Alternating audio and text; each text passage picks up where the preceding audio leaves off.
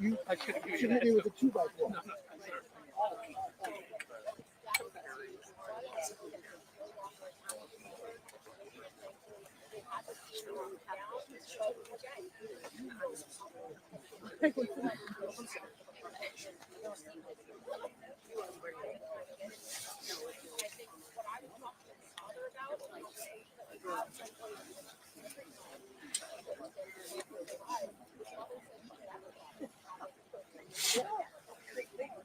Yeah, TV, I got you.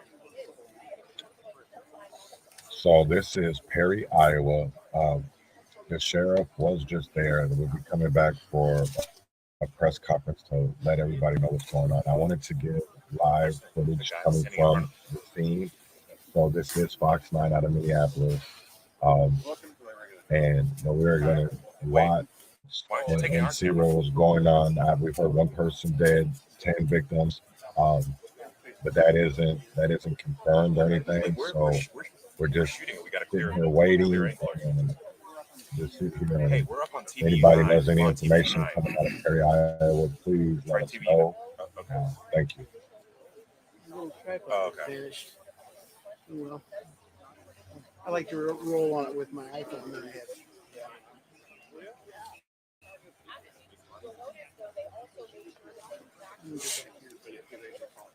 Oh, I know what's happening.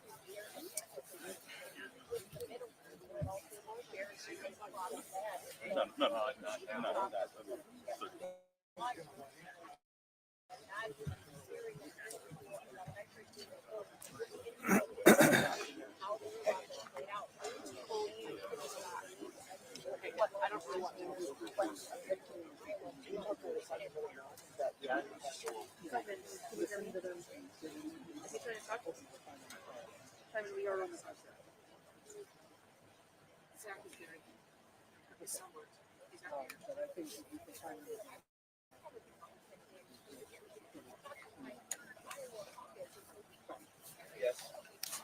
Yes, we do. We do.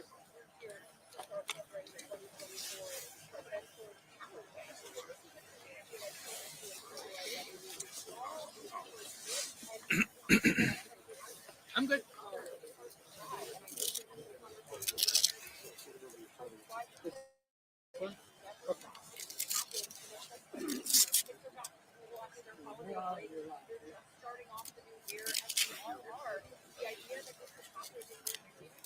Could be.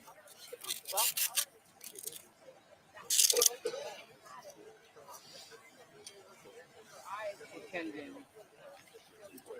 Can you hear me?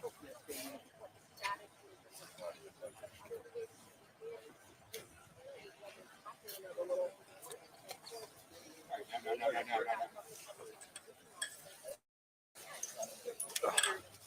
Okay. Here we go.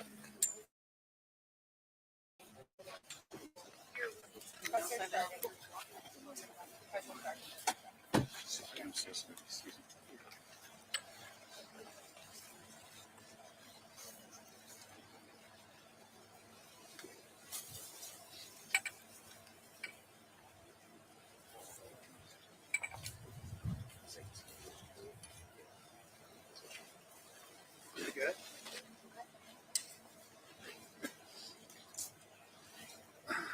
My name is Sheriff Adam Infante, INFANTE. I'm the sheriff here in Dallas County. I'm joined by our state, local, federal partners here at Perry High School. This morning at approximately 7:37 a.m., we had a Sears radio activation at the high school, which indicated an active shooter situation. An officer first arrived within 7 minutes of that activation and located multiple gunshot victims.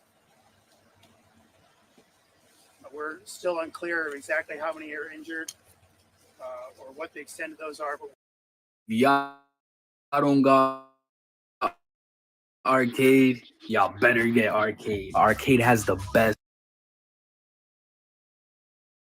samples in the game.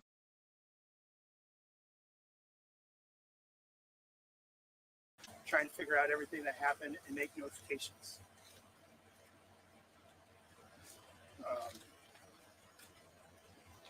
There'll be another update later on today.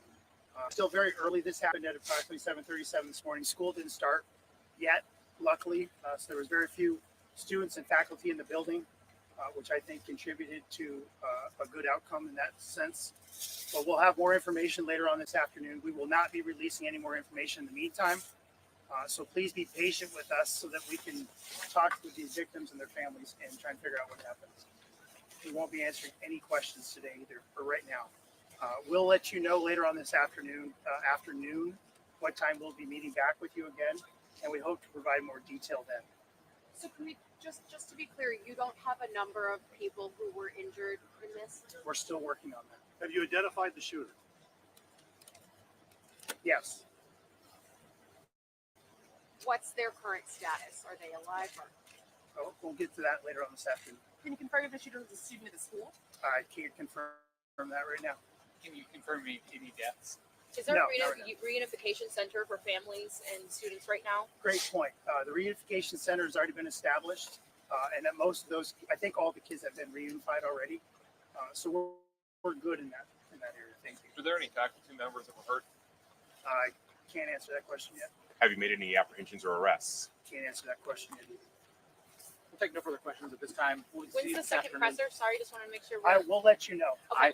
We don't know. Iowa Department of Public Safety will push out a message as far as location and time of the next press conference. Okay. So if you go to the Iowa Department of Public Safety website, it'll be posted there probably Shortly within- after noon. Any shortly surveillance after video noon. available? I'm sorry. Any surveillance video available? There's nothing more that we're going to Yeah, be able thank to you. answer right now. We'll Thank be you. back.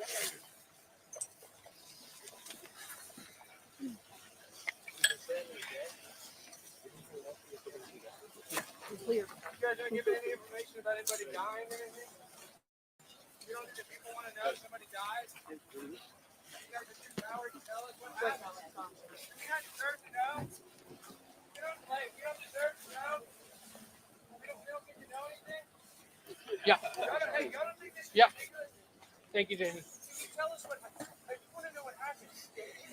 Yeah. Can you give it, Megan, can you give it a mic check? Mic check, mic check. 1 2 3 1 2 3 4 1 2 3 4. Yeah. What happened? We want to know what happened. Why don't you guys say what happened? Stand by, I got it. You guys are too coward to say? Accused you be dead because And my Yeah. So looking no, go. there. That was there.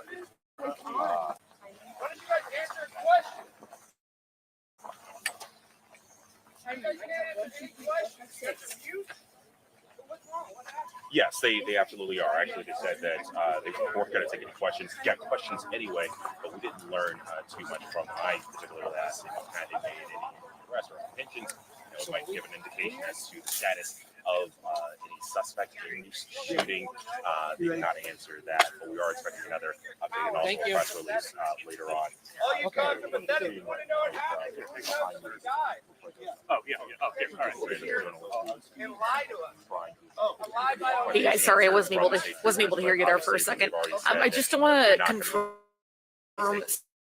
some details that we did hear. I know you guys are relaying what we just heard in that presser, but I do want to confirm some of those details in the limited questions that we were allowed to ask after the Dallas County Sheriff gave his statement. He says that a reunification center for parents and students has already been set up, and he did say that parents and students, for the most part, have been reunified, which is a good sign. We will hopefully have somebody heading to that reunification center here shortly.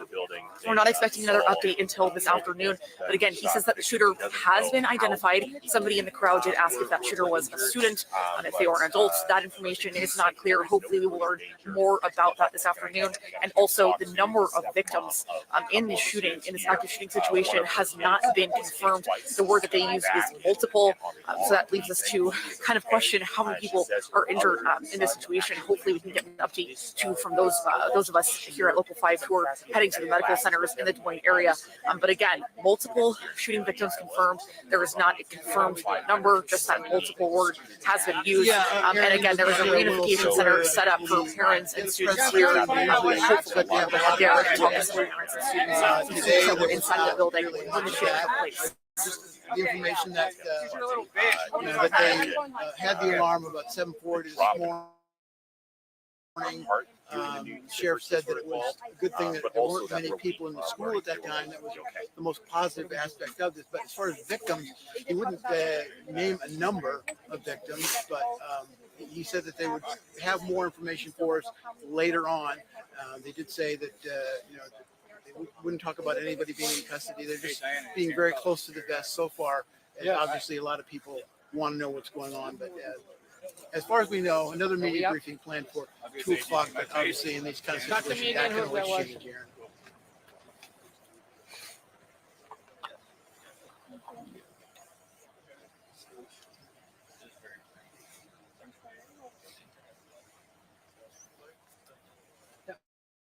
Mike is still on, right? What's the clicking at here?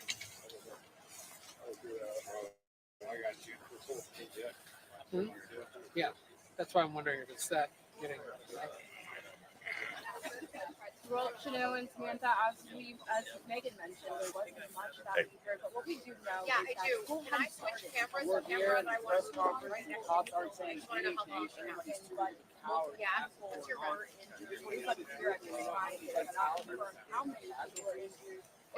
So my mic is closed, right? The first portion of that, the first portion of that chart. I mean, like, we'll press. I don't know how to confirm it here without assistance. Maybe that's something I can. I mean, I'm talking with Margolis. But the number on injured is that we've heard is way different. I appreciate that. Huh? I appreciate that. You got your phone on you? Saying they're at Unity Point right now. There have been 2 patients brought via ambulance with gunshot injuries. They cannot confirm any age, condition, or severity of those injuries, but we do know that this was right now. Time, and again, we don't know the severity of the injuries, so we will stay on this. We can go around in the community, talk to some people, see what they know and what they see. As we can report here, saying had reported, we had already talked to. I can. Can you hear me? 1098765421. Good. Thank you. And very shaken up and said that he saw some of the violence take place. Now, as Samantha mentioned, there will be some mental health resources Thank you. for the community, not just tomorrow. And there are also other neighboring schools that have shut down. And we see tomorrow just out of precaution, very measures. Now, like I said, what we know right now, we know that there are several injuries. This happened around 7:30 a.m. If the school is not in session, before the bells rang, with kids in the classroom, so there was limited staff students, as was mentioned, in the school. With that being said, there were people inside that were injured. If we have that now, yes. We also know hospitals right now are taking care of some victims that have been injured. Hey, Ash, are you still there? Got it. Yep. We will stay with you. Law enforcement said Thank there you. is an update expected this afternoon. They have closed off questions, so some of those viewer questions you sent to us, we're going to try and answer those.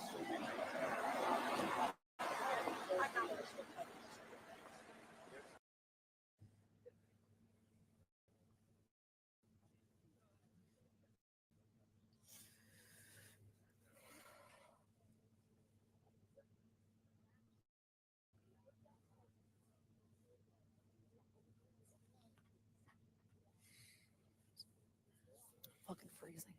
Hands are like Ugh. cold and trying to like. I left my car over there because the first place that we were able to go was over there. That's where my gloves are. Cell service doesn't work either, even though I've got like bars with phones. I know, probably because there's too many fucking people trying to connect to it.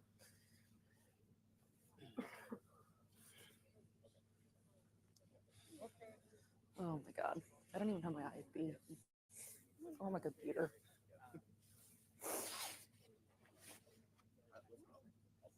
No, I'm like, so we have to do it till 2 o'clock.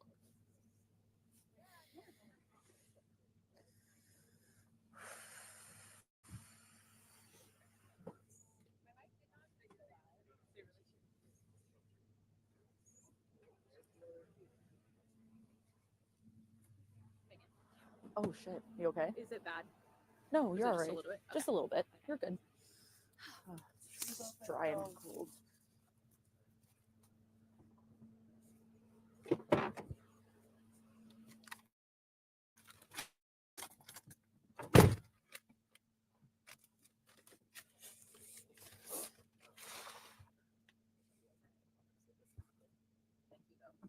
Ollie, they want you to switch the angle. Yeah, got it.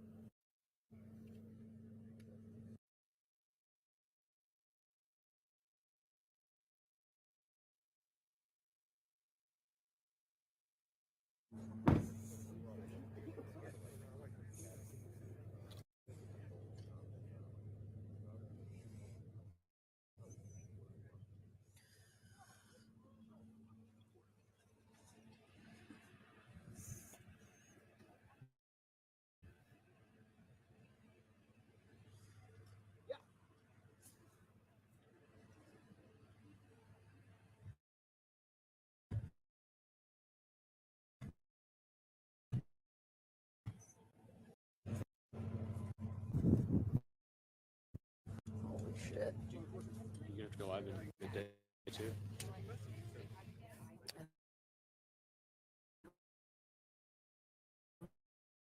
Where the fuck?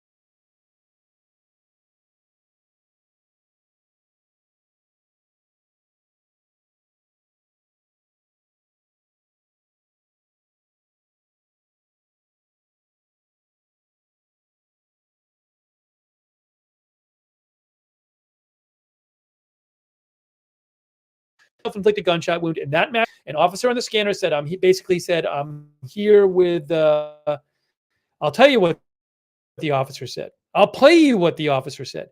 This is what we heard on the scanner right here. This is a reader right here. This is what the officer said right here. Down in the hallway. Appears to be self-inflicted gunshot wound. I'm sure other victims. It's in Warford Street. Timeout 0740. Yeah, it's 5 minutes. Copy. You've been routing your predetermined state. Some multiple subjects injured at this time, one down with a possible gunshot wound. Dallas County 701 being route, please. Now, the subject that's down is deceased. Copy. Subject down, deceased. So there you go. You heard it right on the scanner replay. The officer saying, I got a person down in the hallway, self-inflicted gunshot wound, and then he said that the person's dead. So we have really Dallas strong. County breaking the EMS patch for R1 TAC 14. Again, breaking We have- the EMS patch for R1 TAC 14. We have a very strong reason to believe the suspect that this report from NBC is true because it matches what we heard on the scanner, that the shooter is dead of a self-inflicted gunshot wound. Again, NBC is reporting 3 people shot, at least 3 people shot. This says 3 others injured, including 2 students and an administrator. One of the injuries may be fatal, but the investigation is ongoing. Let me just update this. NBC News reports.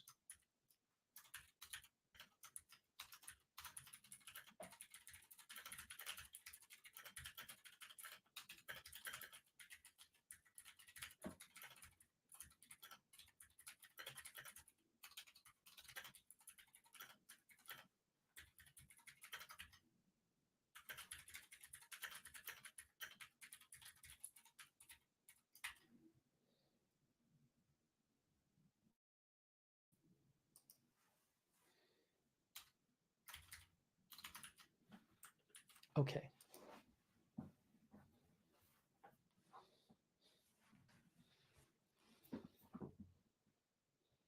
All right, let me take some comments from you guys.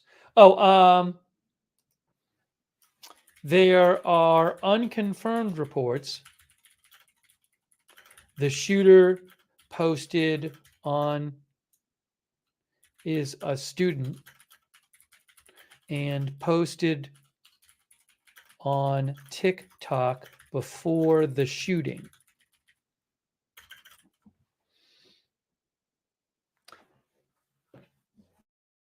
Robert Lawrence says, I'm hearing on the news one of the victims may be the principal.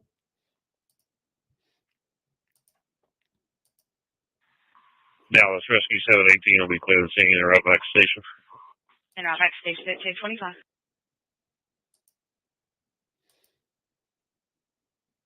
I want to take some comments from you guys here as I give you more updates on this. Police said they're going to be having a press conference this afternoon. That's a while. They did not say much in their official.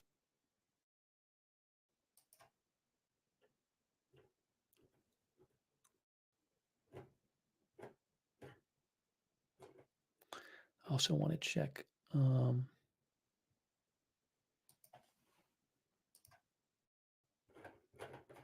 Yeah, this people keep sending me a picture that's supposedly of the shooter from TikTok with the caption, "Now we wait," but I have not confirmed that that's actually the shooter.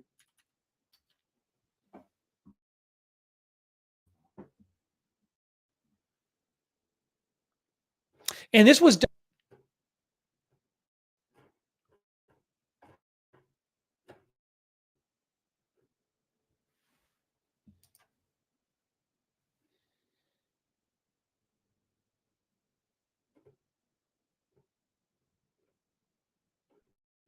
And again, police say they have identified the shooter, by the way.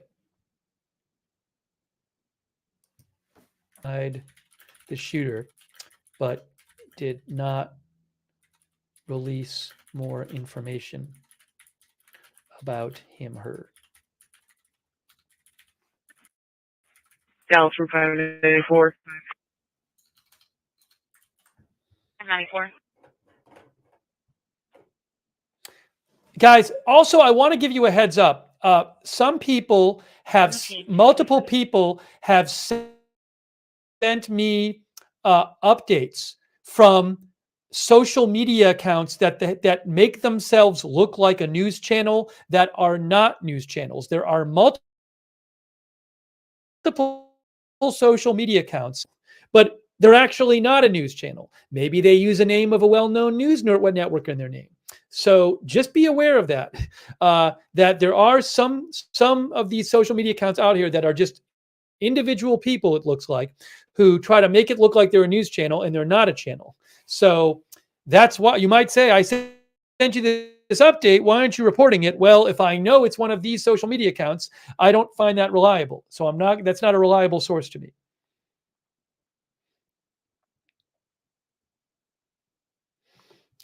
Give me a moment. Let me, and look, it ultimately might turn out that they're correct, but that's not reliable sourcing.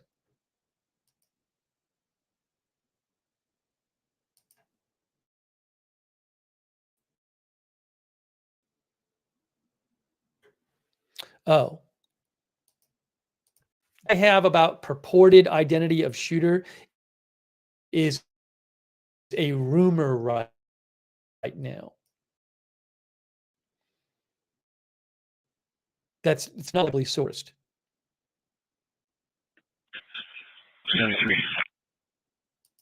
3. The TikTok post you are seeing me is still up. Fire EMS has been released. Okay, thank you.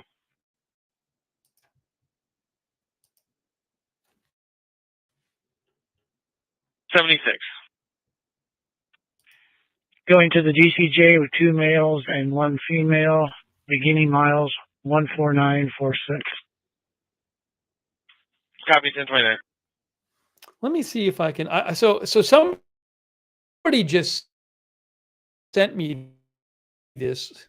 You were fruit a link to the actual TikTok, and it was the TikTok was posted 3 hours ago. But I need to be careful. I can't say somebody's the shooter, and then what happens if they're not the shooter? Okay, I'm looking at the account right now. The account in question has one picture from today with. So I'm going to describe it for you. I can't responsibly show it on the air. There is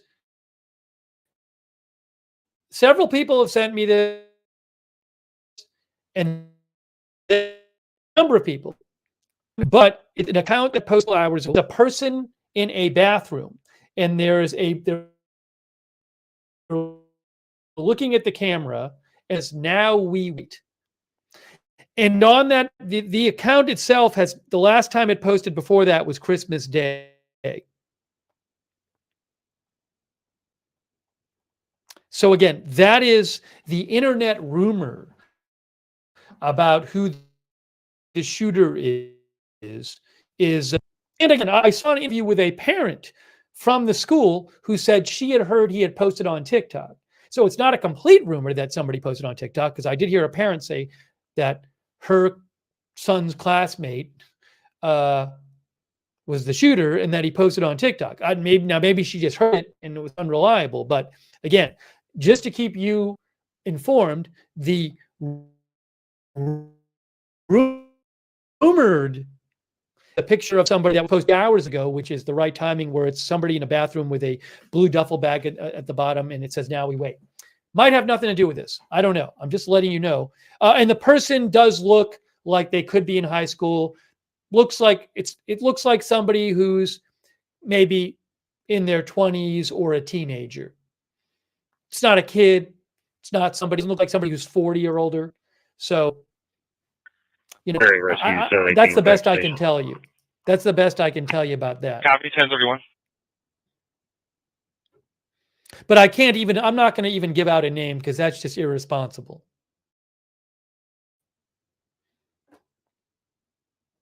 Because what if it turns out it's not the person?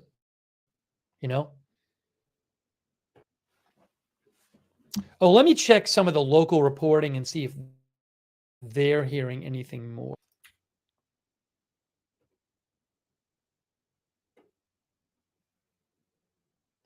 KCCI reports, this is KCCI Iowa. Perry High School teacher Lori Menneke said she heard about 6 to 7 gunshots around 7:40 a.m., followed by the voices of several school coaches encouraging everyone to evacuate the area, according to Raccoon Valley Radio.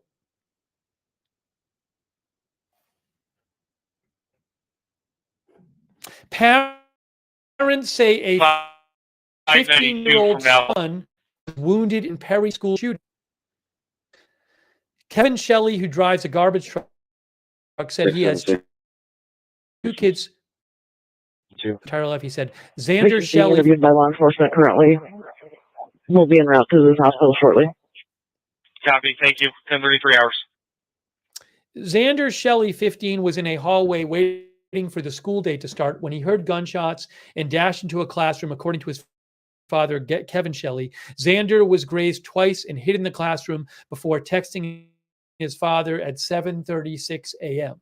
676 from 653 on 2. See that, guys? Return to quarters 10:30. KCCI says Xander Shelley, 15, was in the hallway waiting for the school days to start when he heard gunshots and dashed into a classroom, according to his father. Xander was grazed twice and hid in the classroom before texting his father at 7:36 a.m.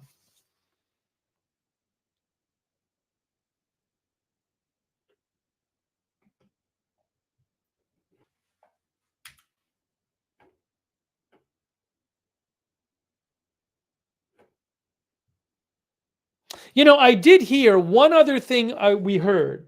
57 from Dallas, checking. There was one other thing we definitely heard on the scanner that I forgot about.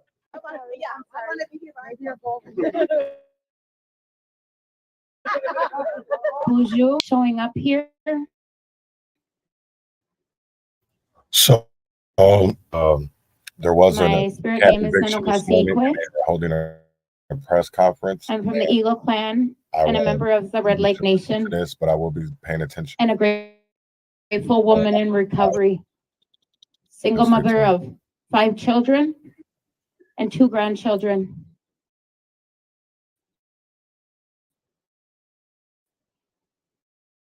And a lifelong community member of the East Phillips neighborhood. I'm here because not too long ago was I homeless and out here with relatives. And I said for about 1.5 years that I would get sober, that I was going to treatment. I didn't know what treatment was, but I was going. And I said, I'm coming back for all you guys. I'm going to get strong and I'll come back.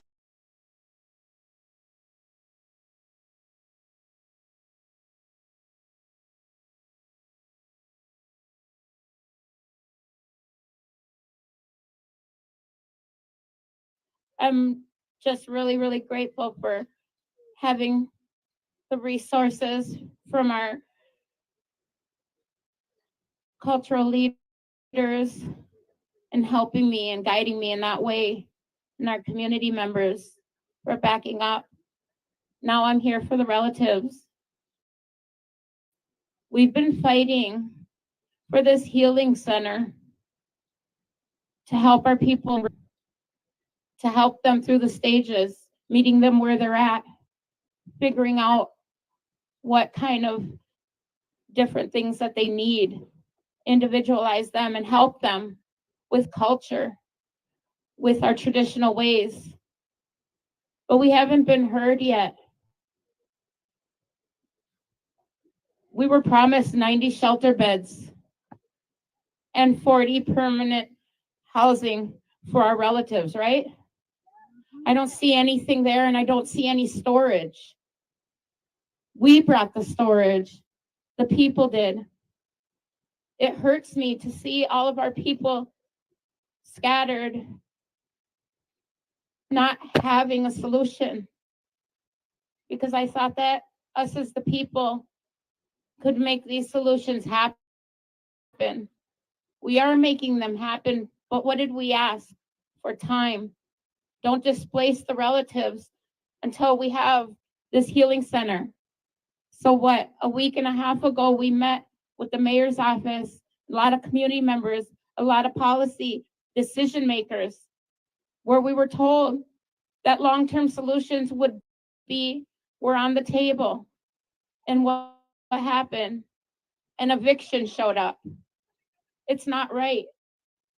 A lot of things have been promised and then taken away and shown with an eviction. That's not a solution. The people don't want to live like this. They want permanent housing. I just ask everybody to help support in healing our people here. Help us move our things to the next place, or help support, hold it down where we're at till we have permanent solutions.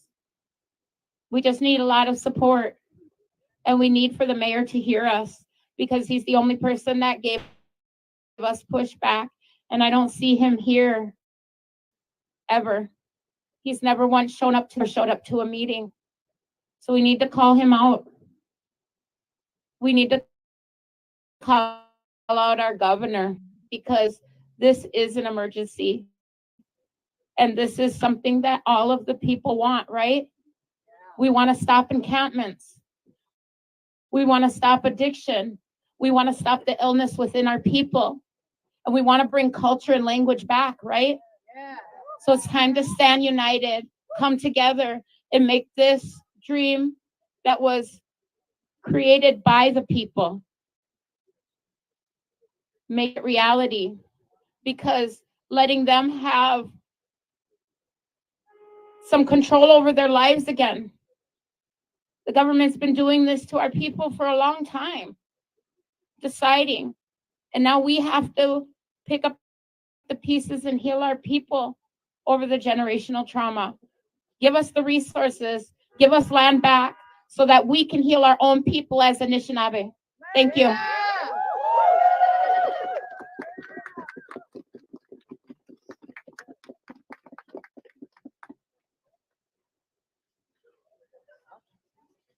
We're going to hear some words also from some of our outreach and service providers in the community.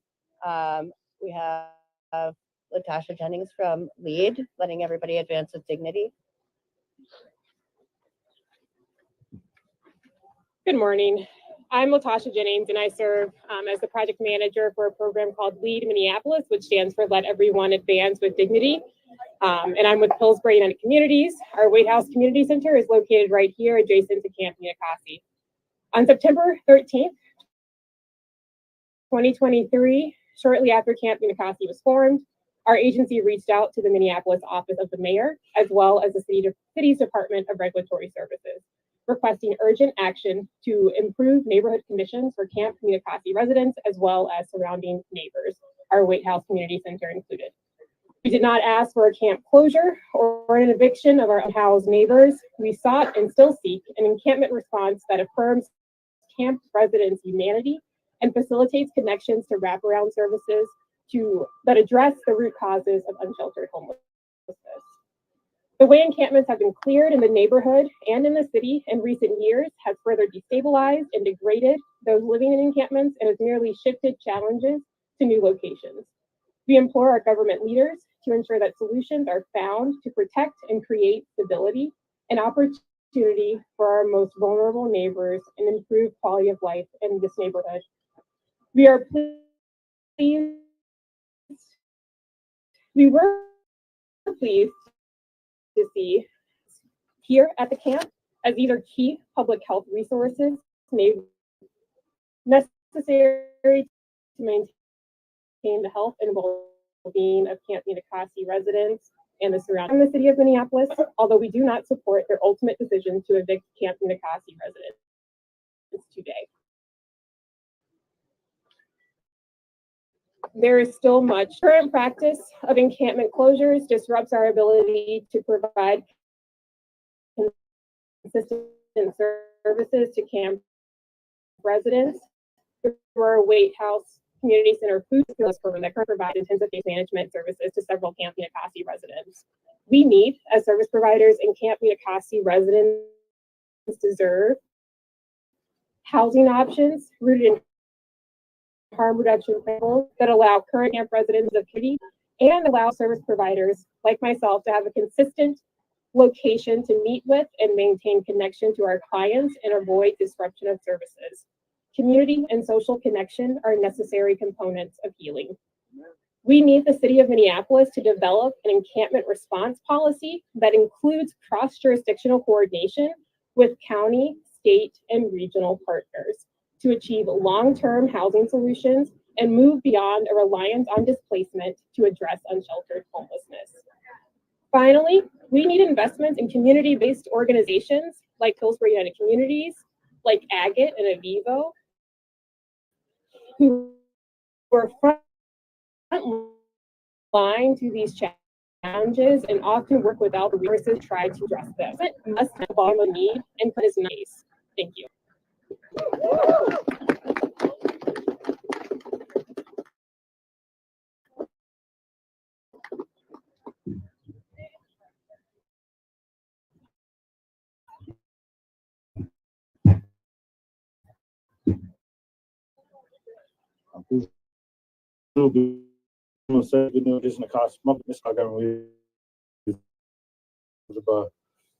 I'm here to support our picture. They're not forgotten. You know, it's been too long that our people have lived on the streets. It's been too long that we've been marginalized and forgotten. And so today is about making sure that this eviction doesn't bring an ability to forget who we are and why we're here. You know, we have treaties with the federal government, education, and yea, the Wall of Forgotten Natives. You see Camp Nenokazi. They're here because those promises have not been kept. We're here because those promises have been empty. And so today is about creating a future where we can build this healing center. And the Red Lake Nation is committed to being that partner, to build a space where our people can go when it gets cold, build a space where our people can learn and relearn our language, our culture, our way of life, the tools to bring them back into society, to bring them on the red road. And to do that, we need the cooperation of state, city, federal partners. We need not only cooperation, but resources.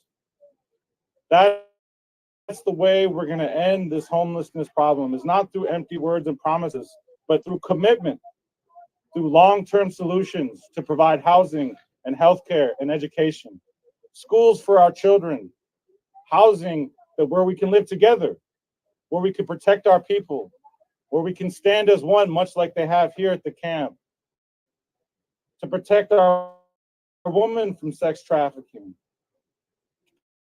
protect our children from the violence that we see in our communities, and to protect all of our people from the opioid addiction crises that faced. Not only here in the cities, but it's back on the reservations. In Red Lake, we have a huge homelessness problem. In Red Lake, we have the same opioid problems, and that's why our people continue to go back and forth and continue to be neglected. You know, and it's important that we don't think of this just as here in Camp Nenokazi, because it's all across the state. It's in Duluth, it's in Bemidji, it's on the reservations. We are the most forgotten and marginalized people in the entire country. We have the highest homelessness rates, the highest rates of educational disparities, the lowest attainment for higher education. And why is this? Because those promises were not kept. Not only is it the humane thing to do, but there's obligations with the federal government. These treaties are in the Constitution, the same Constitution that the city and state and federal governments are obligated to uphold. And yet, why are we at the bottom of all of these disparities? It's time that we come together, and we're calling all of these governments to action, to come to the table, to sit with our leaders, to sit with our people and do something different. It's time that we bring our relatives home. It's time that we protect our women and children. And it's time that we respect our people. And so we ask you, as today ends and as tomorrow begins, the homeless up for the right Native people. We can do that every day. We can resource, hold our accountable, land on land, ancestors, the boarding schools, all of the trauma that our people have been through has brought about these issues. And it is time that society makes those wrongs right. It is time that we stand together and mandate that something happens. Today is just the beginning of our healing center. Today is just the beginning of our dreams. And we talked about that last night. Keeping that dream and keeping that dream in our hearts, in our prayers. Keeping the peace. It's not about division. It's not about creating a divide within society. It's about helping those that need it most. And when we do that, our society will heal. And when we connect people that are most hurt, our city needs to heal. Our state needs to heal. Our country needs to heal. And it starts with the original inhabitants of this land. It starts with us. And it starts with housing our people. It starts with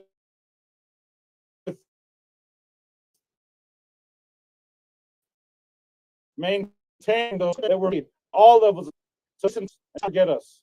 And I ask you to help say your prayers for us. And not only say your prayers, but bring about action, bring about real change to begin to help our people heal. Big wish.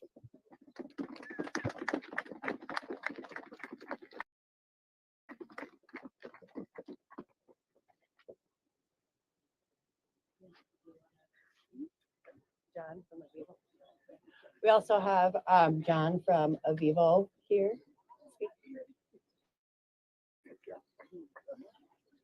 Good morning, everyone. My name is John Trivis, Division at Avivo. First, it's not where I came from. And I want to just thank Secretary Strong for his very clear and direct words about the reality of the situation that we're dealing today. Context takes place in the legacy of trauma amongst communities that have been marginalized is real, and it's a direct result of what we're seeing today, where people are forced into spaces where they don't have the reason to help the support. And ultimately, it's the community here, the community that's been built here, that is the leaders in this and can tell us most accurately and most effectively what needs to happen to help people not have to experience homelessness on the streets of Minneapolis and throughout the state of Minnesota. Avivo stands in solidarity with the Indigenous community. We believe that we have to help support in the background and let folks on the front lines of the experience lead the action that needs to take place to solve the problem. If encampment displacements worked, then we would not have a situation where we have well over 100 people still here today in our community. Displacements have continued since the Wall of Forgotten Natives at a large scale. It has not solved the problem. We need more resources. Avivo stands in solidarity with the elected officials that are here today and are willing to help make a stand to make real positive change and to listen to the community. And we believe that with resources, working with our partners in the community, other agencies, the Native American community, in particular the Red Lake Nation, that we can find solutions and we can find effective change, and we can have the ability to make people have lives that look very different than what they're experiencing today. Everyone deserves dignity. These are human beings amongst us. We are all human beings, right? We all want the same things. We want a safe place to put our head at night. We want warmth. We want love. We want food. We want warm clothes. These are not extravagant asks. And we stand in solidarity with the ask that people have a dignified place to go home at night, lock a door, and feel safe and secure in their space. Thank you.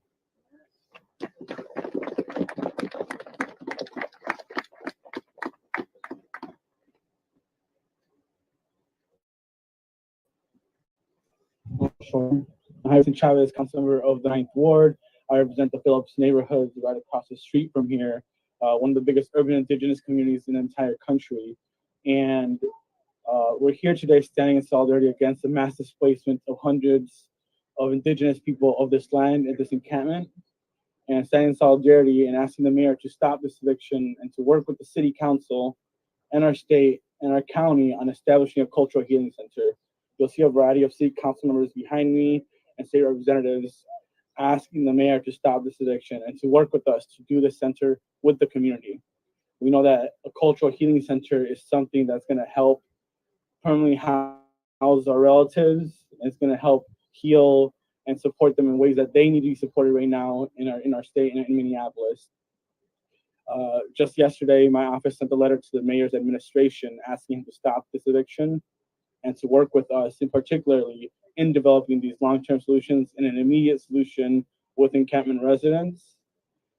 It's unfortunate that we're all here today asking him once again to stop this eviction, to work with the community members, when you have city officials right here saying we're committed to funding this project and we're committed to making sure that we have a place for our relatives to go so they're not being displaced, being set onto the streets with no place to go out in the cold weather.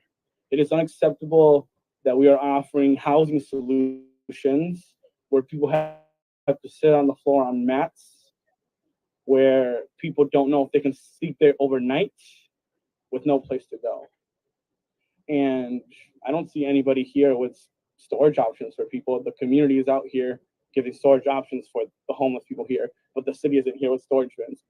It's unfortunate that we have to be here to observe the city's actions, so we have to work and make policies that make them change their behavior. Thank you.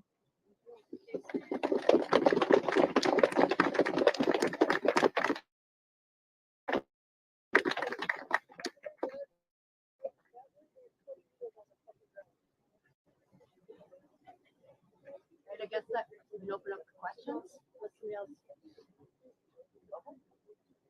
All right. Hi, my name is Marissa, and I am a resident here at Camp Nikasi. And picking up today because they say that they are housing us, and they are very inconsistent with their housing. They build us up only to just leave us in the air and leave us hanging, and it makes us feel forgotten. The lady, I was supposed to go and sign for my lease today for my apartment, and I've been waiting in my tent all day, and my worker didn't show up to bring me to my appointment. And that is the point. We have had elders here shown their apartments, and then it was, oh, next week. Oh, it's next week. Oh, it's next week. And it took her months to get her apartment. And we feel forgotten. You know, we are still humans too, you know, and we are trying to make it. Camp Nikasi has given me a home. It has given me a family. They gave me a job so I start to be an adult again and start working myself back up into being in the real world again. Nicole has supported me since day one through everything, and she's never let me down. She's always been there for me, right or wrong. She's had my back, and you can't take my family from me. You know, people say that we're a bunch of addicts, but it's not why the addiction, it's why the pain. All we ask is that we've been asking the mayor to just come walk through our camp, come see it, because our camp, you can't understand it through pictures or reading a story. It's a feeling. Our camp is a feeling. And everybody who has come through and walked through our camp, even our neighbors, have all become our friends. So all I'm asking is that you guys stop forgetting about us too, and just come and hang out with us and visit us, and understand that we're still here, and we're gonna keep fighting.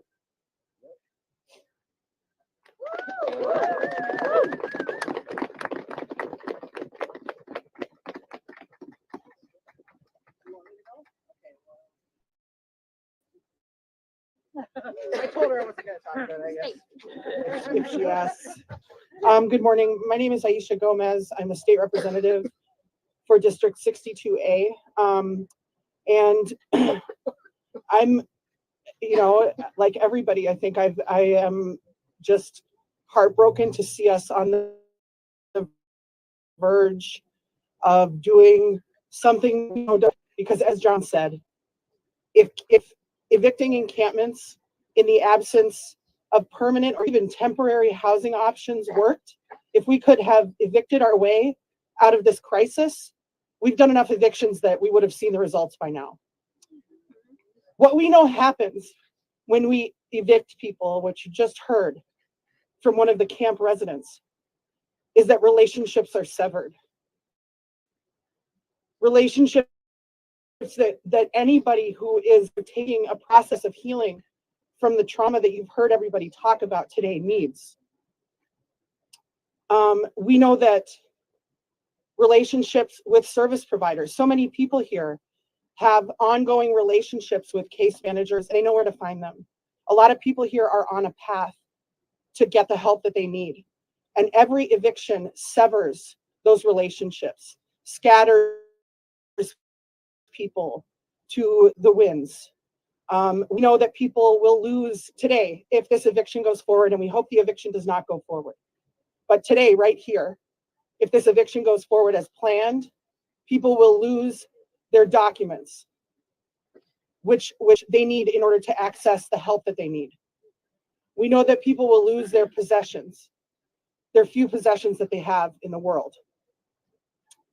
We know that these precious relationships that have been built here, which we all need as human beings in order to thrive and to heal, are going to be severed.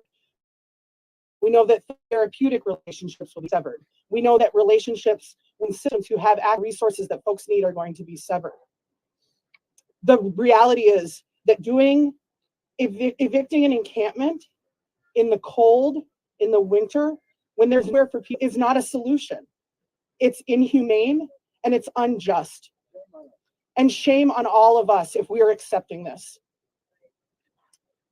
As you know, as somebody who is in a position of, you know, stewarding a system that, as Sam said, you know, the state government of Minnesota has obligations to native people, to tribes in this geography. And so it is just incredibly painful to sit here and see, you know, that as much as as so many people in positions of power want to do this differently, that we're still in the same place. And you know, I have been engaged in these conversations about how to move forward with this idea that comes from the residents of Camp Ninakazi for a healing center, and we will remain engaged in those conversations. We need action from every level of government, and at the state, I can say that I stand ready to help figure out how we can move forward. As you can see, we have city people here. We have been in touch with the county. We have our tribal governments at the table. And an eviction today would be a tragedy, and we should all say no eviction today. Thank you.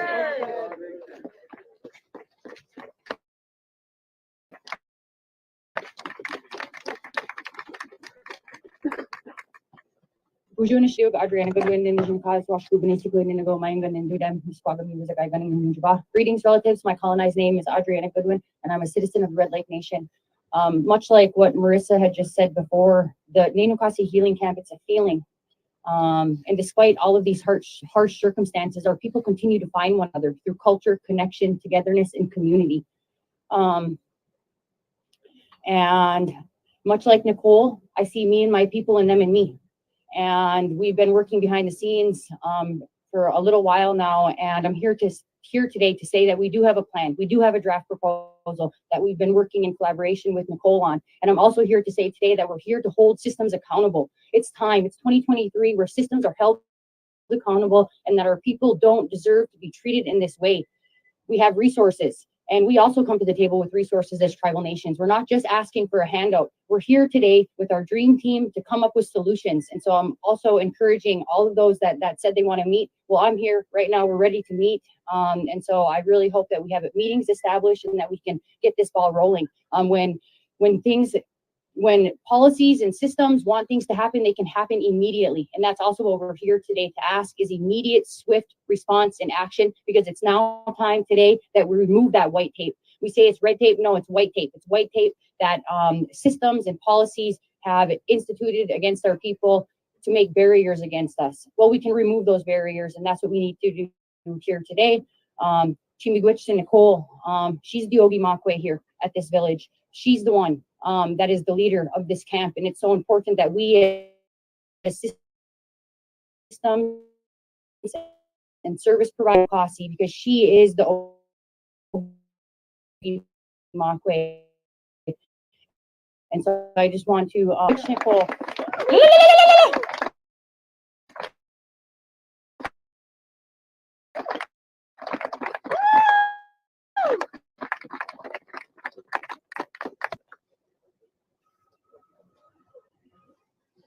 We can open up for questions now if there's any questions.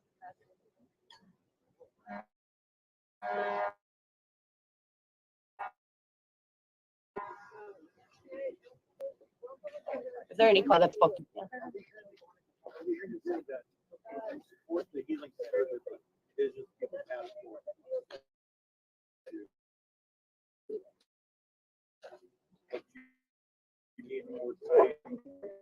Those are separate. The Indigenous is going to be building a community here.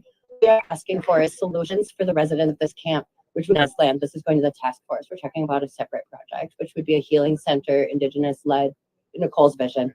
Yeah. Yes, a different location. Yeah. I have a quick question. They offered what they said was like 90 beds, like temporary. Did they say anything about like is any of that number accessible? A large number of people in this camp are disabled. They're in wheelchairs. You know, did they mention anything about like X amount for disabled people or accessibility options? No.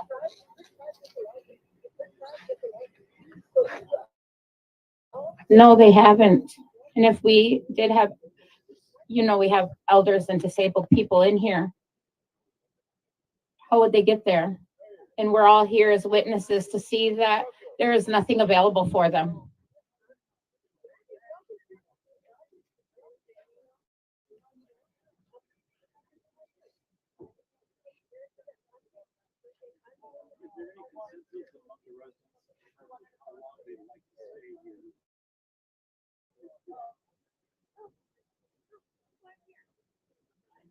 I think the residents want to be housed. The residents want healing and they want to be able to stay together. So it's not about wanting to stay here forever. It's about we want meaningful solutions. We've been looking at different places where we could go, talking to policymakers about open buildings and spaces that we'd like to be. The idea is to stand up this healing center, and that's, I believe, what the community here wants.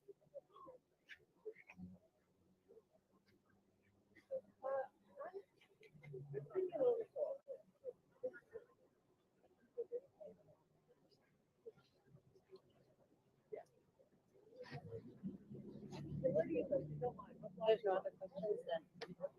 Thank you.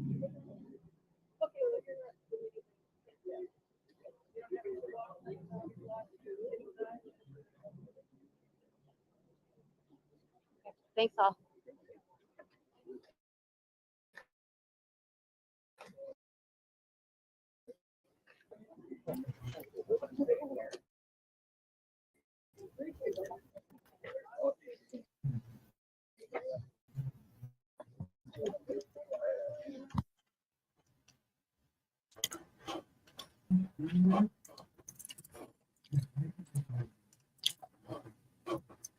Victims would be a principal and a high school female.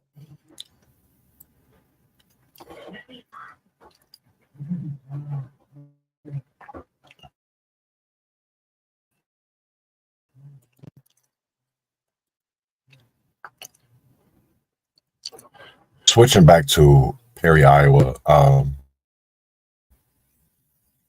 we just watched the press conference from Minneapolis, Minnesota with Camp Nioski, and we can see that, you know, we have issue. We have so many problems that we are having. As I am nice to this kind of reservation, and that definitely should be talked about. You know, because, you know, I know you as somebody that resides in South Minneapolis, Tracy. You know, there's so much. What about the East Phillips? You know, all this money we're able to buy the Roof Depot property from the place to turn into a healing center for Native Americans. And I really don't understand. No, I know what you're talking about. And I really don't understand of how we have these reservations that all this money, Shakopee, Treasure Island, and then you got, you know, the tribes up north, the reservations. And now they're, you know, the crazy part is for me, what more? And I know people are like, no, these are serious questions, because what more do they need? What more do they want? Because at the end of the day, marijuana right now, right? Legally, they're the only ones allowed to sell marijuana legally. They are the only ones able to have casinos in Minnesota. So what more do they want and need? Because at the end of the day, and forgotten people in Minnesota, don't do that, because then you're erasing Black history too, because we don't even get half the shit y'all get. And y'all, and I'm not saying this for all reservations, but there's a lot of, if we're going to dislike, and I know people are truth. If you don't like it, leave, because at the end of the day, we are going to speak truths out here. And if people don't like the truth, this is not the platform for you. The Leon Block Network, the conservative, is not the platform for you if you do not like truth. Because this is where I'm going with it, the truth.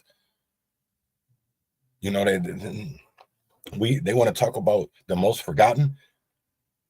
We got babies being shot. They got shot in their own house last night in the face.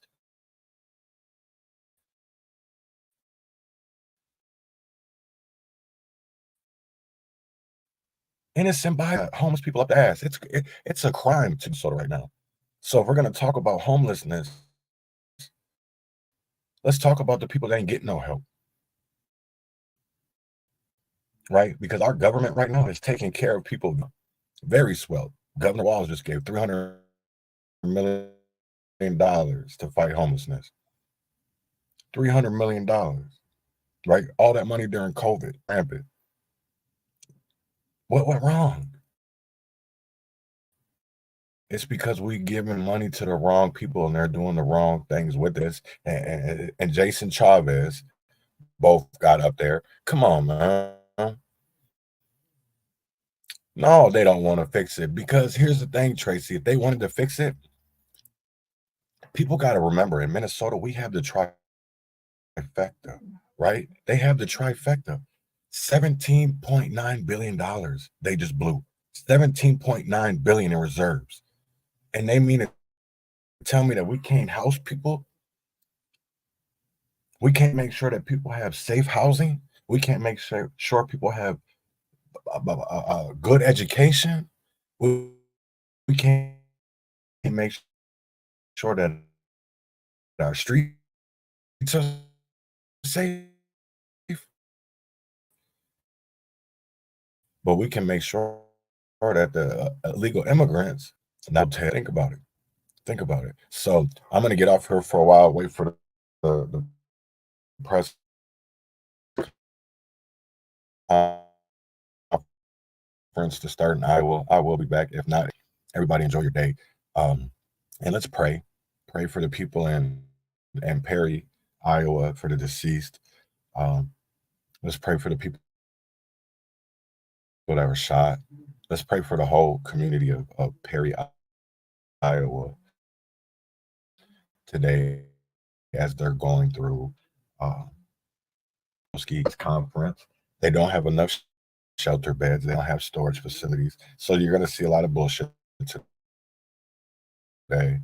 I hope Minneapolis stays safe. And